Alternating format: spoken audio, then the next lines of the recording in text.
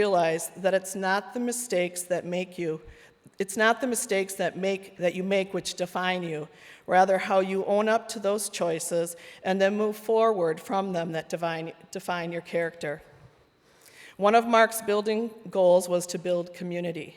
He wanted to get more parents, particularly our out-of-district parents, into our school. With that in mind, Mark worked with the parent-teacher organization to have an activity night for parents. So Mark hosted a dance and a dodgeball game on Friday night for big kids only. Of course, Mark got the Soul Train line going with those at the dance, and he was the most competitive player in the dodgeball game. Parents had been overheard talking about how hard Mark threw the ball. I just wonder if Mark had a little extra adrenaline considering who his targets were that night. Mark had a keen intelligence that included an endless bank of trivia facts. He was a captivating storyteller and a comedian who perfected his one-line zingers. Mark found a way to connect with our entire staff with conversations about sports, music, growing up, school, and family. To the staff, it was very clear how much Mark loved his family. He talked about them all the time. Whenever he was concerned about his mom, Mark would email the staff updates and sign it, Mark, Mama's boy. We knew that when Mark talked about Stanko, that he was referring to his 11-month older brother, Steve. He showed us video of his young niece performing at Bella Caroli's gymnastics camp. Mark often talked about his beautiful wife, Erin. Well, let's be honest here, he called her hot, and how he married way out of his league.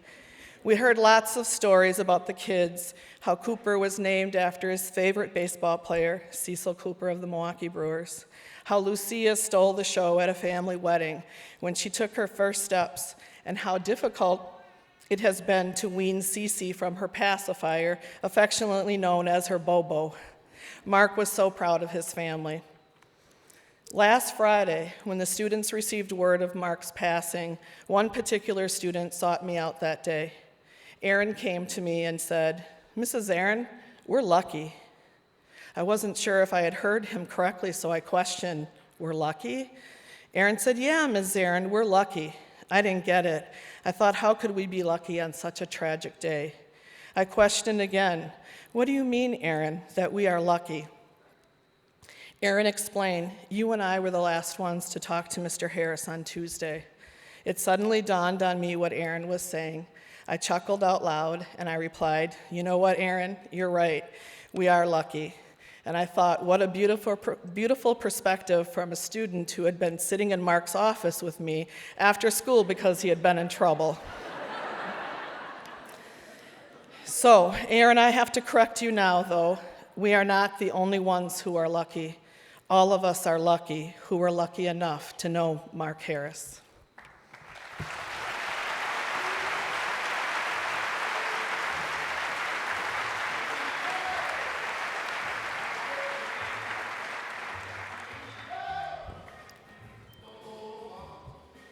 Hello, my name is Eric Gitson. I'm an English teacher here at Shorewood High School, and tonight I'm speaking on behalf of the high school faculty.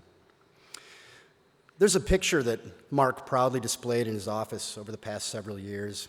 In it, he's playing basketball, fiercely defending an offensive player of considerable height. When I think about Mark, that's the first thing I see. It sums up everything about him perfectly. It sums up 3 really important lessons that Mark taught us. The first lesson, surprise people. That picture is surprising. He's there, he's 5'10". He's probably thinking, yep, I'm 5'10". I'm a walk-on, and I am defending you. If you know that picture, you know what I'm talking about. And he's also looking like he's saying to the guy, and this is exactly where I belong. It's a lot like the way he'd share stories with us about his childhood. You've heard a few already. He'd meet us in the hallway, or we'd be in his office, and he'd bring up a topic like River West. "I'm not from here," he'd say. "I'm from River West." And I'd be thinking, well, that's pretty close. But trust me, he said, "Shorewood, this is where I belong." And he'd prove it day in and day out, connecting with other teachers, parents, and students, usually by sharing a great story, and quite often from his childhood in River West. He was very surprising in one-on-one conversations if you go to his office for a talk about kids misbehaving or parents misbehaving or teachers misbehaving. His response was pretty consistent and always the same. He'd open with a story about some person he knew, some guy in Green Bay or a guy, his roommate at Marquette University. And I'd start thinking, this is odd. I came with a problem, and he's talking about some guy in Green Bay. Where is he going with this? And pretty soon I'd get wrapped up in the story. We'd start talking, and before I knew it, I was out of the office and walking down the hall thinking, we never resolved the problem.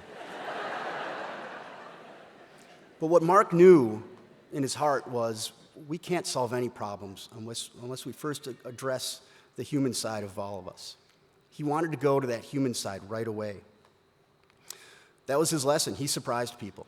The second lesson, be a team player. Mark loved a game, any game. Mark was one of those guys who learned the rules quickly, then had a blast playing by them on the court, in the halls, in the classroom, even at department chair meetings. It was fun watching Mark engage others so they might, if they were smart, join him on his quest for the strongest team possible. He was inspirational in those meetings. Be a team player. Mark had what a coach might call a full court vision.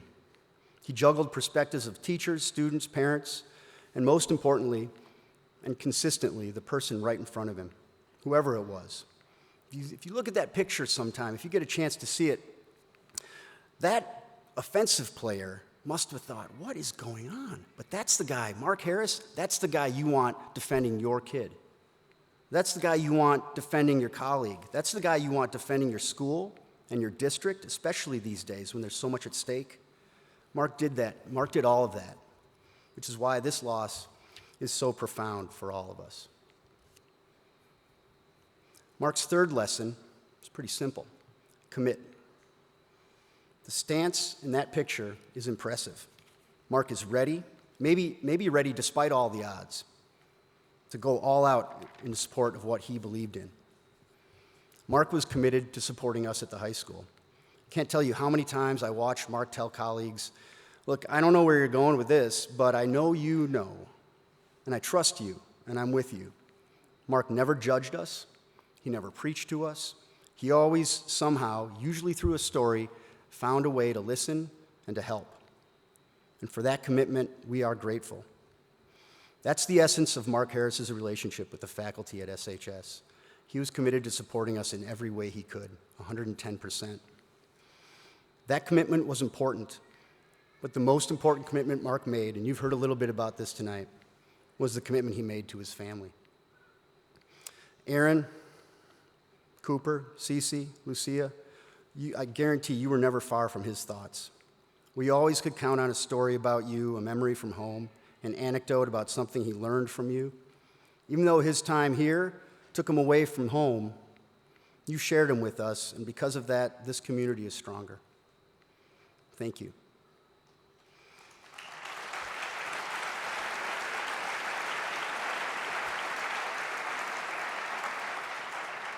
And Mark, if you can hear me, thank you. In your time here, you've taught us 3 lessons that have changed us forever and for the better.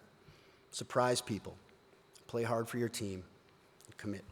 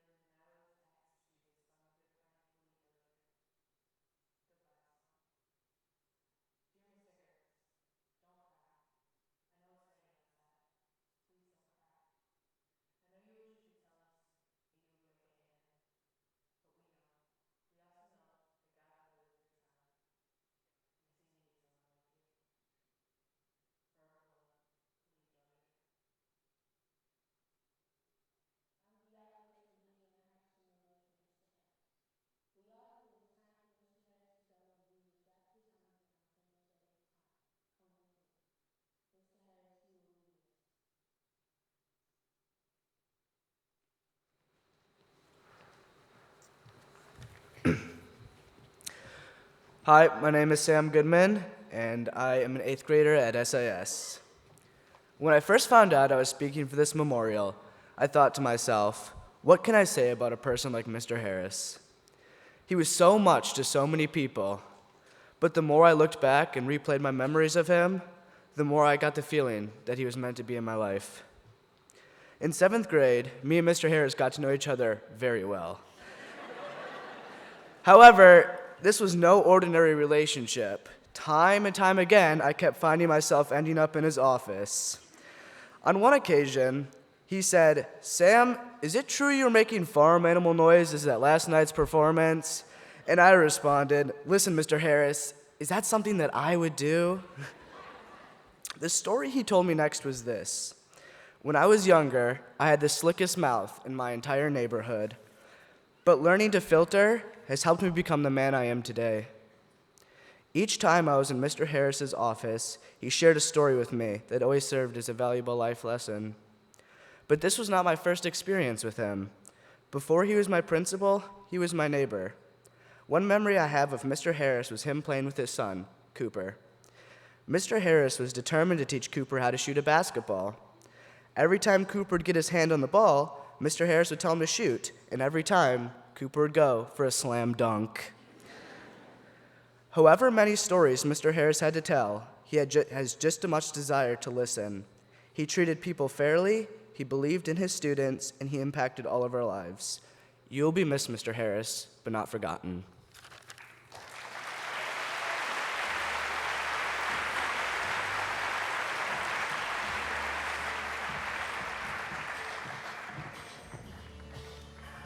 Good evening. I'm Alexis Beverly, and I'm a senior here at Shorewood High School. Last week, our school participated in an assembly with Dr. Ginsburg. One of the topics he spoke to us about was unconditional belief. He explained that unconditional belief is confidence, love, support, and compassion. When reflecting on what I wanted to share with you this evening, what immediately came to my mind was Mr. Harris's unwavering advocacy and steadfast support. He epitomized unconditional belief in us. Mr. Harris offered never-ending encouragement. He never gave up on me and never counted me out. I'm probably the reason he had so many gray hairs. I am most grateful that when I needed him most, as a freshman and sophomore, he was always there for me. He maintained an open-door policy and was always there to talk to me. Between him and Mr. Joint, they were a perfect balance, as they complemented each other. As I move to the next phase in my life, I am most thankful for the connections, the lessons learned, even if they were learned the hard way. And I hope that I will be half the nurse that he was an educator. You are gone, but you're never forgotten. Thank you.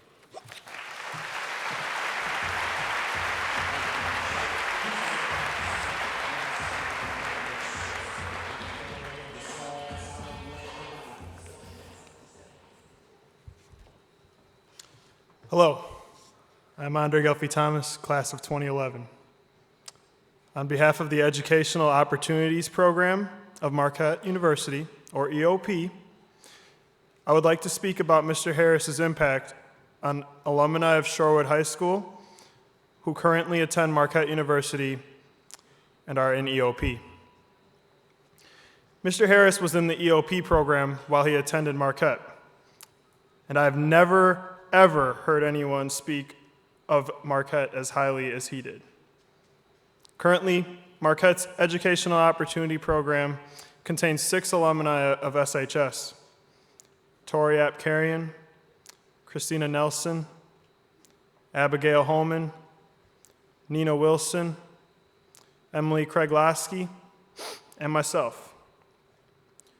EOP is a TRIO-funded program that helps first-generation students or students of low-income households graduate from college. EOP provides great financial aid as well as academic resources necessary for a student to succeed while in college. We are so blessed and honored to be a part of this program, just as our mentor was. While in high school, each one of us developed a relationship with Mr. Harris that went far beyond the normal assistant principal-student relationship. All of us looked up to Mr. Harris as a hero and a mentor. He made sure to treat us all like his family and not just students of his high school. We all agree that this aspect of treating us as his own children was what really strengthened our relationships with him. From meeting us for the first time until greeting us one last time as we walked across the high school graduation stage, Mr. Harris was always maintained a contagious smile that would brighten up any room and keep us all calm. We viewed Mr. Harris not only as our assistant principal, but also as a protector, a person who would do anything to benefit us, and above all, a father figure. He was pretty cool father figure. He had a stylish way to himself, wearing some bright yellow pants with a yellow and blue Marquette bow tie. No one could rock it like he could. He knew how to always keep our spirits high while also making sure that we were focusing on our studies. When it was time for us to look at colleges, Mr. Harris looked at each one of us and, being the proud Marquette EOP alum that he was, gently suggested that we all look at Marquette. And when I say gently, I mean look at Marquette. He told us about EOP and the benefits that he received and how grateful he was to be a part of the EOP family. None of us knew at the time why he was investing his time in us, but we knew he cared. He wanted to see us succeed and for us to become the adults that he envisioned. He saw determination, dedication, confidence, and ultimately a love of learning in each one of us. He told us that we were going to make friends here that will last us a lifetime, as he had. We are so honored to be granted this amazing opportunity that he so eagerly insisted on. For that, we want to say from the bottom of our hearts, thank you, Mr. Harris. A song that portrays Mr. Harris perfectly is one of his favorite songs, I Ain't No Joke, by Eric B. and Rakim. In the hip-hop song, Rakim states, I ain't no joke, I used to let the mic smoke. Now I slam it when I'm done and make sure it's broke. When I'm gone, no one gets on, 'cause I won't let nobody press up and mess up the scene I set. I can see him rapping these lyrics in the hallway as school is letting out on a Friday to show the students that he knew a thing or two about old school hip-hop. But more importantly, he lived his life by these lyrics. He knew each person had a confidence to succeed and made sure each person found that confidence. Without Mr. Harris's guidance, we would not be where we are today. We would probably not be at Marquette. Mr. Harris saw aspects of himself in all of us. He provided us confidence in ourselves that we otherwise did not know we had.